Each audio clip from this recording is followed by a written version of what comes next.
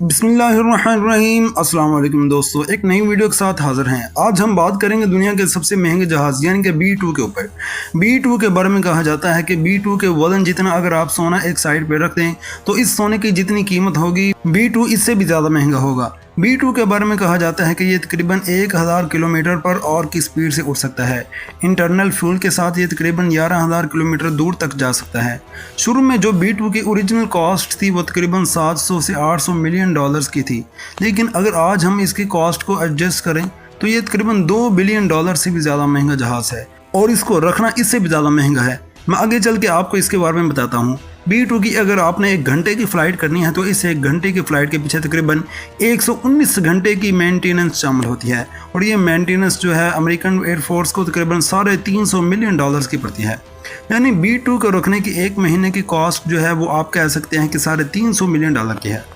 अब आप सोच रहे होंगे कि 1 महीने की इतनी ज़्यादा कॉस्ट कैसे हो सकती है, 350 मिलियन डॉलर। वेल, B2 जितना बड़ा जहाज़ है इसको एक हैंगर के अंदर रखा जाता है और इस हैंगर के अंदर टोटली जो है उन्होंने एक टेम्परेचर मेंटेन करना होता है, जिसके लिए आपको ज़्यादा एयर कंडीशनर की ज़रूरत पड़ती है, जिनको आप नॉर्मल ज़बान में AC बोलते हैं।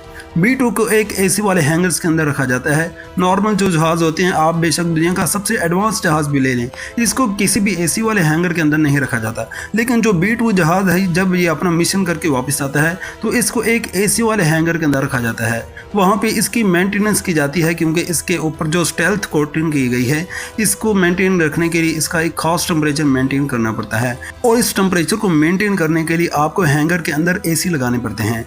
इस वजह से इसकी जो पर मंथ मेंटेनेंस कॉस्ट है वो दुनिया में सबसे ज़्यादा है, तकरीबन 119 मिलियन डॉलर। ये तो हो गई वो B2 की बातें जो आपको तमाम लोग बताएंगे। आज हम B2 की वो बातें डिस्कस करेंगे जो कि आपने इससे पहले नहीं सुनी होंगी।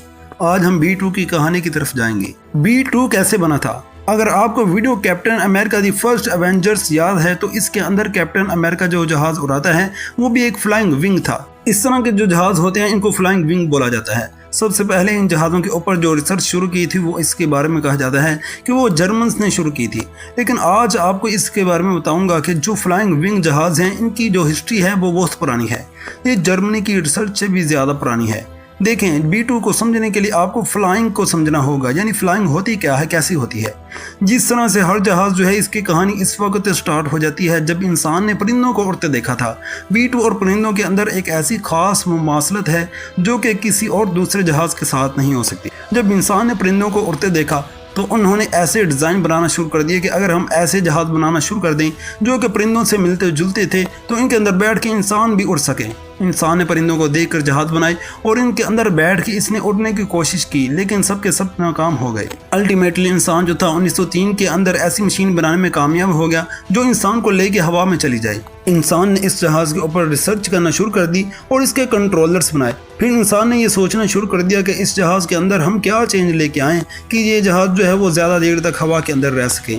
ये जो फ्लाइंग विंग डिज़ाइन होता है ये सबसे ज़्यादा एरोडायनामिकली बेस्ट डिज़ाइन होता है, क्योंकि इसके अंदर कोई वर्टिकल स्टेबलाइजर नहीं होता, इसके अंदर कोई दूसरे तीसरे कंट्रोलर्स नहीं है, इसकी ड्रैग भी सबसे ज़्यादा कम होती है। ड्रैग सबसे ज़्यादा कम होगी तो इसकी स्पीड भी ज़्यादा होगी। कम फ्यूल के साथ ये ज़्यादा से ज़्यादा दूर जा सकेगा और ज़्यादा पे लोड कैरी कर सकेगा। इन जहाज़ों के अंदर कोई वर्टिकल स्टेबलाइजर नहीं होता, ये बिल्कुल सीधे के सीधे फ्लैट होते हैं, लेकिन चूंकि इनके अंदर कोई वर्टिकल स्टेबलाइजर नहीं होता इस वजह से बहुत ज़्यादा अनस्टेबल होते हैं और इनका उड़ाना मुश्किल होता है। इस तरह से ये जो डेल्टा विंग एयरक्राफ्ट्स होते हैं इनको फ्लाइंग विंग्स कहा जाता है, क्योंकि इनकी कोई हॉरिजॉन्टल टेल नहीं होती, लेकिन इन जहाज़ों को कंट्रोल करने के लिए एक वर्टिकल टेल लाजमी होती है। राइट ब्रदरान, जिन्होंने दुनिया का सबसे पहला उड़ने वाला जहाज़ बनाया था, वो भी जब जहाज़ के ऊपर रिसर्च कर रहे थे तो इनको पता चला कि जहाज़ का एक वर्टिकल स्टेबलाइजर होना लाजमी है, क्योंकि अगर वर्टिकल स्टेबलाइजर नहीं होगा तो हम जहाज़ उड़ा नहीं सकेंगे, इसको मूव नहीं कर सकते। इसी वजह से जो उन्होंने 1903 के अंदर पहला जहाज़ बनाया जिसने इंसान के साथ सबसे पहले फर्स्ट फ्लाइंग की थी, इसके अंदर भी उन्होंने एक वर्टिकल स्टेबलाइजर जो था इसको रखा। लेकिन वर्टिकल स्टेबलाइजर्स के होने के बावजूद भी जो है इन फ्लाइंग विंग्स के ऊपर रिसर्च जारी रही। जर्मनी ने इसके ऊपर रिसर्च जारी रखी और जर्मनी ने एक जहाज़ बनाया जिसका नाम था होटन HO-229। ये बेसिकली जर्मनी ने एक मीडियम रेंज बम्बर बनाया था और ये दुनिया का पहला जहाज आप कह सकते हैं जिसके अंदर उन्होंने जेट इंजन लगाए थे और इसके अंदर अच्छे खासे बम से उठाने की कैपेसिटी मौजूद थी। इसके अंदर अच्छे खासे फ्यूल से उठाने की कैपेसिटी भी थी और इसकी स्पीड भी काफ़ी ज़्यादा अच्छी समझी जा रही थी। यकम मार्च 1944 को इस जहाज को एक फ्लाइट होनी थी और आपको एक मजे की बात बताऊं कि ये सारी की सारी जर्मन सर्च जो थी वो अमेरिका ने जंग के बाद चोरी कर ली थी। वहाँ पे अमेरिका के अंदर एक लड़का था जिसका नाम था जैक नॉर्थरॉप। जैक नॉर्थरॉप जो था वो परिंदों को देख के बहुत ज़्यादा फैसिनेट होता था और वो भी इन परिंदों की तरह फ्लाइंग विंग्स बना के उड़ना चाहता था। 1929 के अंदर इसने एक जहाज बनाया जो बेसिकली एक प्रोटोटाइप था।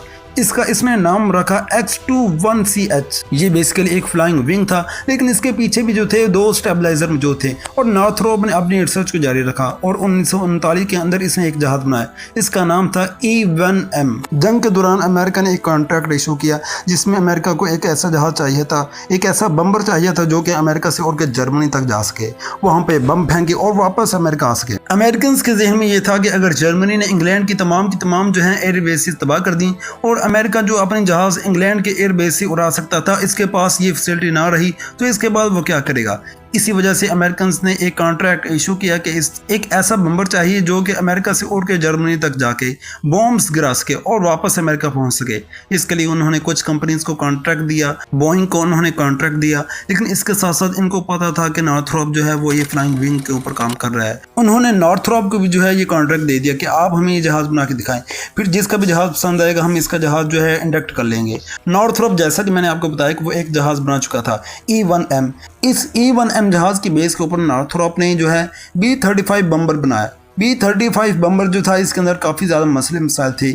इसके अंदर उन्होंने प्रेट एंड विटनी के इंजन यूज़ किए। इंजन्स को इनको चेंज करना पड़ा, लेकिन जब इंजन्स को इन्होंने चेंज किया तो इसकी वजह से जो है इसकी रेंज बहुत ज़्यादा कम हो गई और इसकी वजह से इसकी स्पीड भी कम हो गई। नॉर्थरॉप एक नई अप्रोच की तरफ गए। उन्होंने जो ये प्रोपेलर इंजन थी इनको छोड़ा और उन्होंने इस फ्लाइंग विंग के अंदर जो है वो जेट इंजन लगा दिया और इस जहाज़ को उन्होंने एक नया डेजिग्नेशन दे दिया, यानी कि जो पहले उन्होंने इसको B-35 बोला था उन्होंने इसको YB-49 बोला। YB-49 जहाज़ जो है इसको आप कह सकते हैं कि ये B-2 जहाज़ का जो है वो बेस था, लेकिन इसके अंदर भी एक प्रॉब्लम थी। जब ये जहाज़ बनाया गया था तो ये ज़्यादा स्टेबल नहीं था। इस वक्त आपको पता है कि मैनुअल कंट्रोलर्स होते थे। दोस्तों इस वीडियो का दूसरा पार्ट इंशाल्लाह हम कल अपलोड करेंगे, तो आपसे गुजारिश है कि उस पार्ट को भी ज़रूर देखिएगा। तो अल्लाह हाफिज़, इंशाल्लाह कल मुलाकात होगी। अस्सलाम वालेकुम।